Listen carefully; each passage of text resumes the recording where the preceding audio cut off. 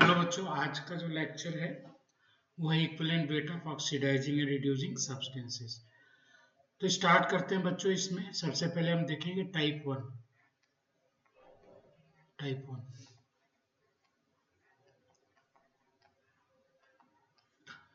One में देखिए कैसे हम फाइंड करेंगे। एग्जाम्पल लेता हूँ मैं टाइप वन का। क्या टाइप एग्जाम्पल, जैसे सपोज कि ये KMnO4 है।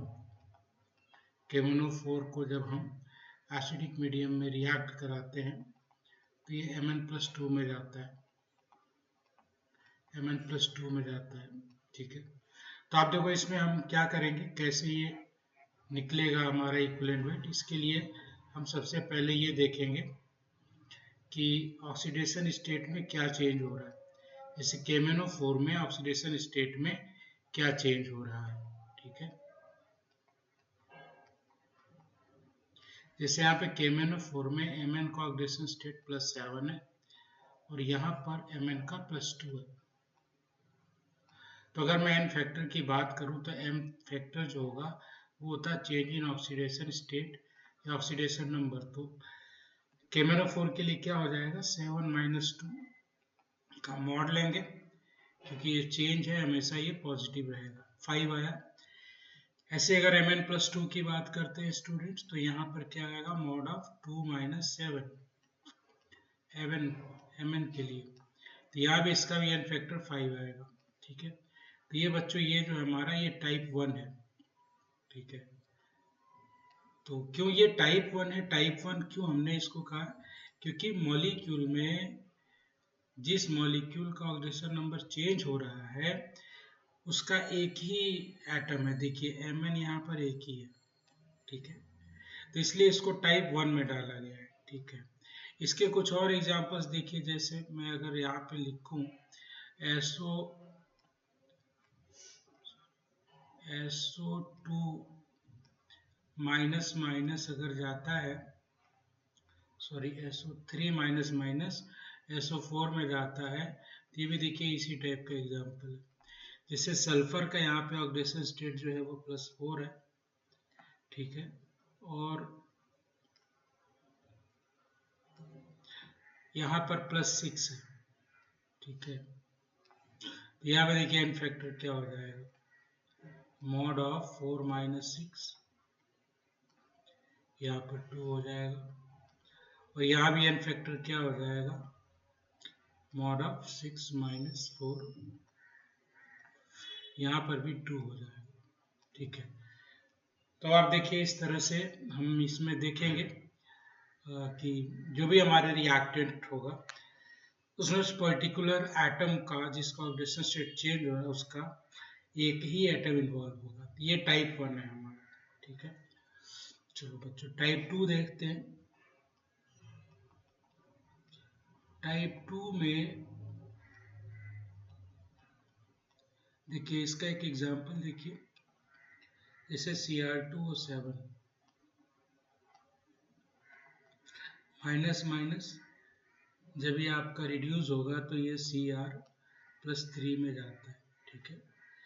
अब आप यहाँ पे देखो फर्क क्या है, वाई इट इज टाइप 2, है ना, क्योंकि यहाँ पर जो हमारे पास एलिमेंट है जिसका ऑक्सीडेशन स्टेट चेंज हो रहा है, क्रोमियम जो +6 है, यहाँ पर +3 है।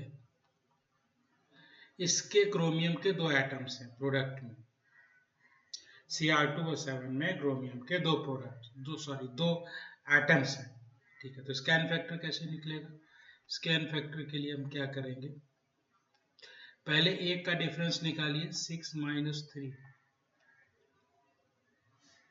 फिर क्योंकि 2 एटम्स है तो इसको 2 से मल्टीप्लाई कर दीजिए, तो ये आंसर क्या आ जाएगा, ये 6 आ जाएगा, ठीक है बच्चों।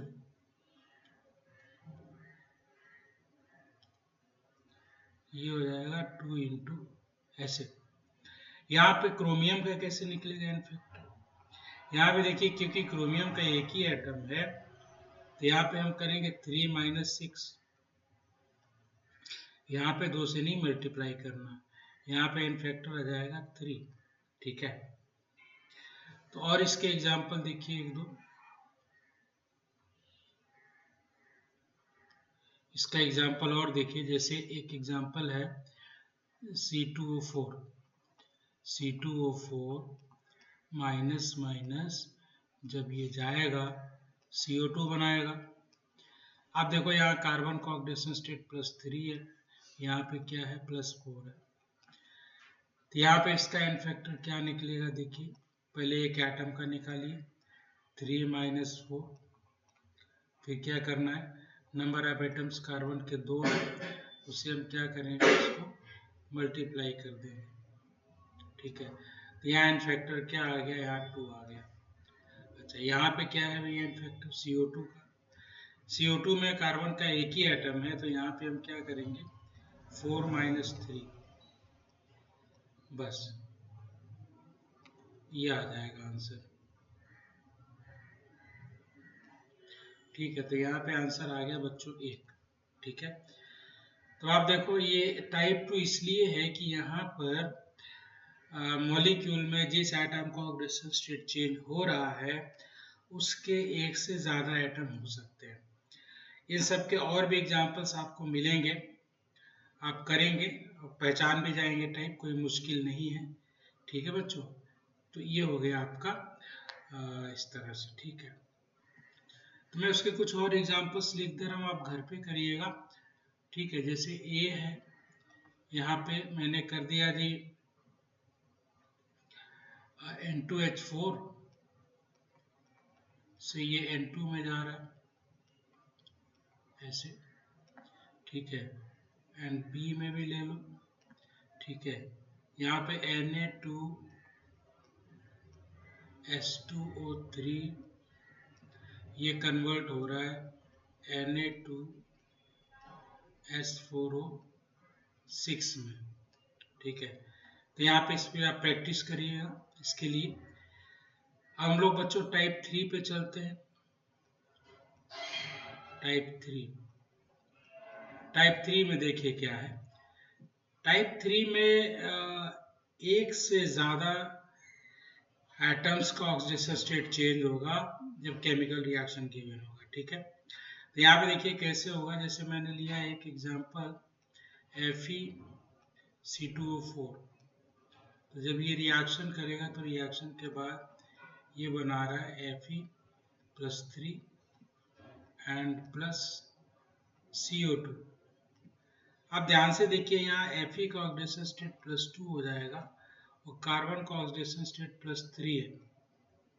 ठीक है, यहाँ तो एलिमेंट्स है जिनका ऑक्सीडेशन स्टेट आपका चेंज होने वाला है।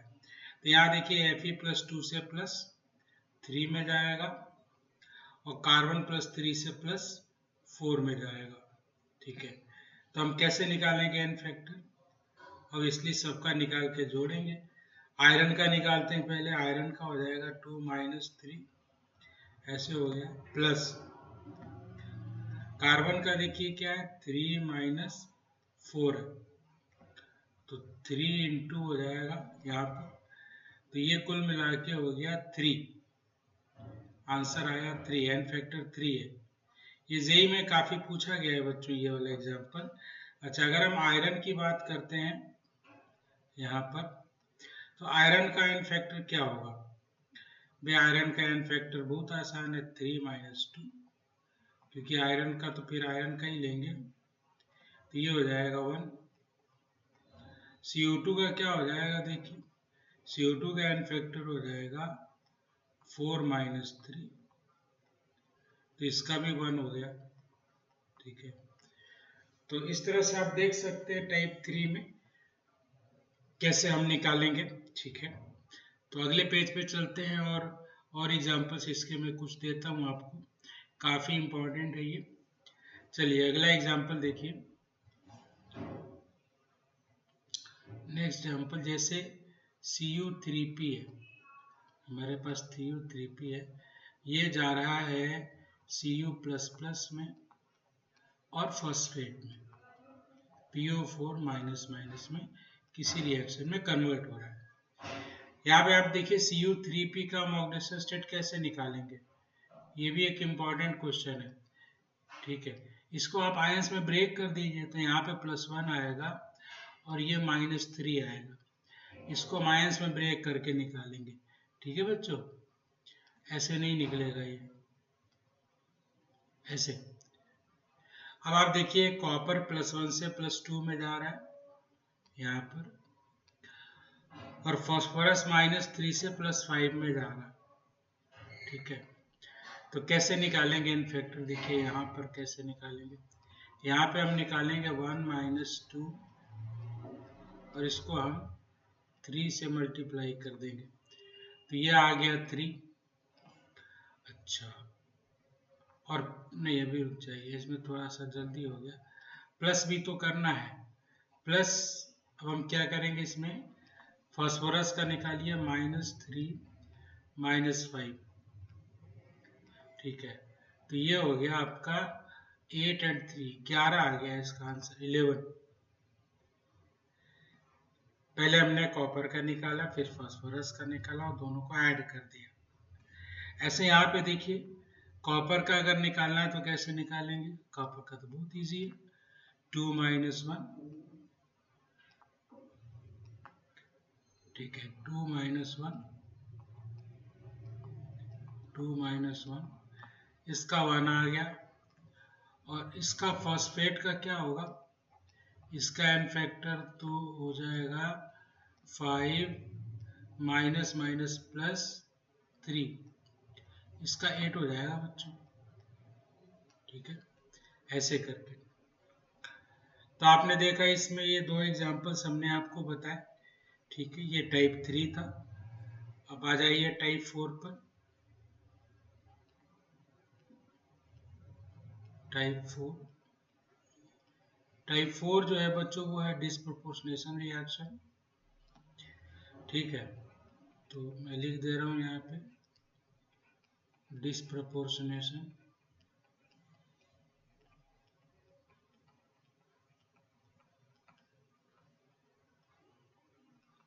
डिस्प्रोपोर्शनेशन, तो सबसे पहले डिस्प्रोपोर्शनेशन होता क्या है?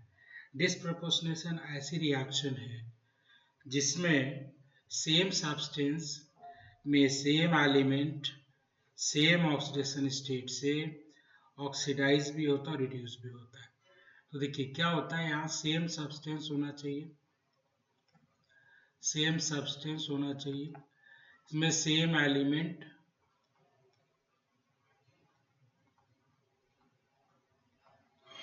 और सेम ऑक्सीडेशन स्टेट। ये एकदम 100% ट्रू डेफिनेशन है बच्चों। इसमें सेम ऑक्सीडेशन वाली बात कई बार फॉलो नहीं होती है, आईटी ने ही फॉलो नहीं किया है। ठीक है, पर अगर आप सही सेंस में जाएंगे डेफिनेशन में तो उसकी डेफिनेशन यही है। अब इसमें ऑक्सीडाइज भी हो और रिड्यूस भी हो। ठीक है, रिड्यूस भी हो, तो इसको हम बोलेंगे डिस्प्रोपोर्शनेशन। एग्जांपल देखिए, जैसे हमने यहाँ ले लिया हाइड्रोजन पेरोक्साइड। अब हाइड्रोजन पेरोक्साइड सब्सटेंस तो सेम ही है। ठीक है, तो अगर मैं इसकी एक रिएक्शन कराता हूँ तो ये डिकम्पोज करा देते हैं H2O प्लस हाफ O2 में, H2O प्लस हाफ O2 में। अब आप देखिए यहाँ H2O में ऑक्सीजन -1 है, यहाँ -2 है और यहाँ पे 0 है। तो आप देखिए ये क्या हो रहा है। पहली बात तो H2O एक ही सब्सटेंस है, इसमें हम जिन 2 ऑक्सीजन एटम्स की बात कर रहे हैं वो सेम एलिमेंट है, और इसमें दोनों ही ऑक्सीजन का ऑक्सीडेशन स्टेट -1 है। तो ये तीनों कंडीशन को सेटिस्फाई कर रहा है। और ऐसे केस में आप देखिए ये पहले क्या है, ये रिडक्शन है, ये जो है ये रिडक्शन है। और यहाँ पे अगर आप देखेंगे तो ये क्या है, ये ऑक्सीडेशन है। ठीक है बच्चों, तो आप देखो ये बिल्कुल जस्टिफाई कर रहा है डिस्प्रोपोर्शनेशन के डेफिनेशन को। तो हम यहाँ पे ये कहेंगे कि जो हमारा H2O2 है वो डिस्प्रोपोर्शनेट हो रहा है। ठीक है, तो इसके और भी एग्जांपल्स होते हैं तो हम अभी बात नहीं कर सकते हैं, आपको बात करेंगे रिडॉक्स में। ठीक है, तो अभी मैं इसका बताता हूँ आपको कि कैसे निकालेंगे इक्विवेलेंट वेट। तो अब देखिए यही एग्जांपल ले लेते हैं H2O2 का, सबसे इम्पोर्टेंट है। यहाँ H2O2 जो है हमारा वो आपका ब्रेक हो रहा है, डिकम्पोज हो रहा है H2O में और हाफ O2 में, ठीक है। और ये देखिए -1 से ये जा रहा है -2 में और 0 में, ठीक है, ऐसे। तो यहाँ पे देखिए यहाँ पे एक्चुअली H2O2 का जो इनफैक्ट इक्विवेलेंट वेट है वो 3 डिफरेंट तरीके से डिफाइंड है। पहला क्या है, इक्विवेलेंट वेट इन ऑक्सीडेशन, मतलब equivalent weight as a oxidation, जब ये ऑक्सीडाइज हो रहा है। तो आप देखिए ऑक्सीडाइज कब हो रहा है, जब ये ऑक्सीजन में चेंज हो रहा है, यानी इसका जो है इनफैक्टर निकलेगा वो है ऑक्सीजन -1 से 0 में जा रहा है, ऐसे।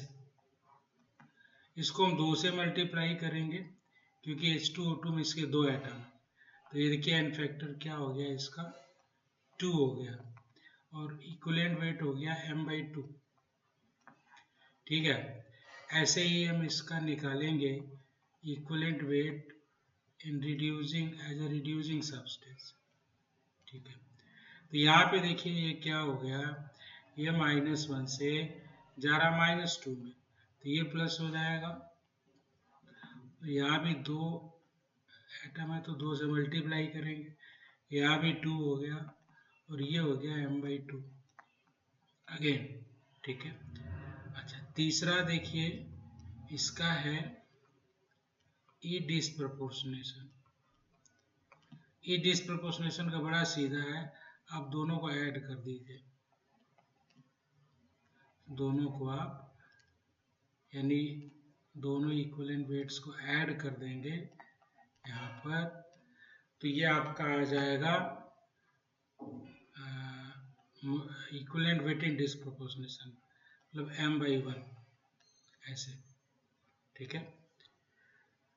तो इस तरह से आप देख रहे हैं कि H2O2 का या किसी भी सब्सटेंस का जो डिस्प्रपोर्शनेशन में पार्टिसिपेट करता है उसका 3 तरह से इक्विवेलेंट वेट डिफाइंड है, ई ऑक्सीडेशन, ई रिडक्शन और ई डिस्प्रपोर्शनेशन। चलिए एक एग्जांपल और लेते हैं बच्चों, बड़ा पॉपुलर एग्जांपल है Cl2 को जब हम OH- से रिएक्ट करते हैं एट एलिवेटेड टेम्परेचर, हीट करते हैं, तो ये बनता है Cl- और ClO3-,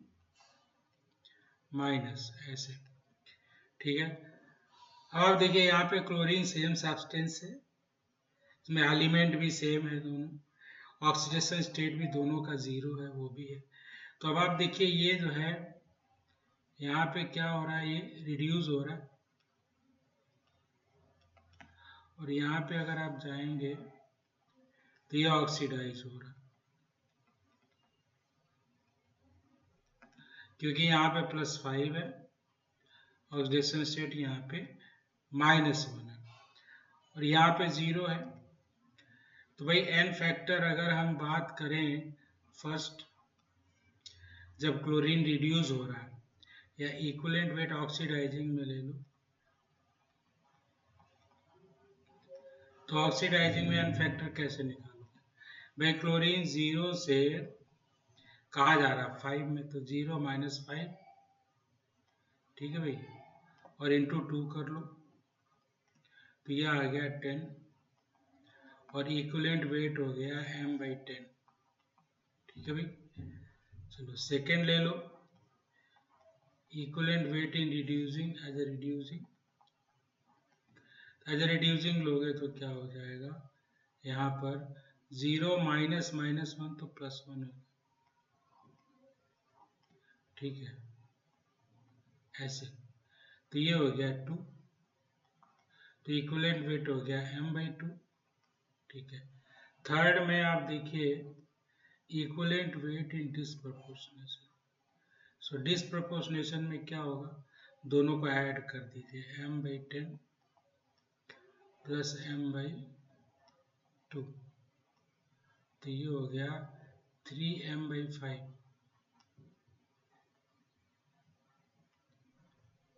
या आप लिख सकते हो m/5/3। ठीक है बच्चों, तो आप देखो इसका इक्विवेलेंट वेट हो जाएगा 3m/5। ठीक है, तो इस तरह से आप किसी भी डिस्प्रपोर्शनेशन रिएक्शन का इक्विवेलेंट वेट निकाल सकते हो। बहुत सारा इसमें एग्जांपल आया, आईटी के लिए बहुत ही ज़्यादा इम्पोर्टेंट है, बहुत ही ज़्यादा, इस पर काफ़ी क्वेश्चन आए हुए। ठीक है बच्चों, तो ये आपका लेक्चर कंप्लीट हो गया। ठीक है, और इक्विवेलेंट वेट का भी कंप्लीट हो गया। कुछ स्पेशल केसेस है इक्विवेलेंट वेट का, वो मैं नेक्स्ट लेक्चर में कोशिश करूंगा मैं डिस्कस करूँ। ठीक है, तो आज का लेक्चर अभी तक बच्चों। ठीक है, ओके।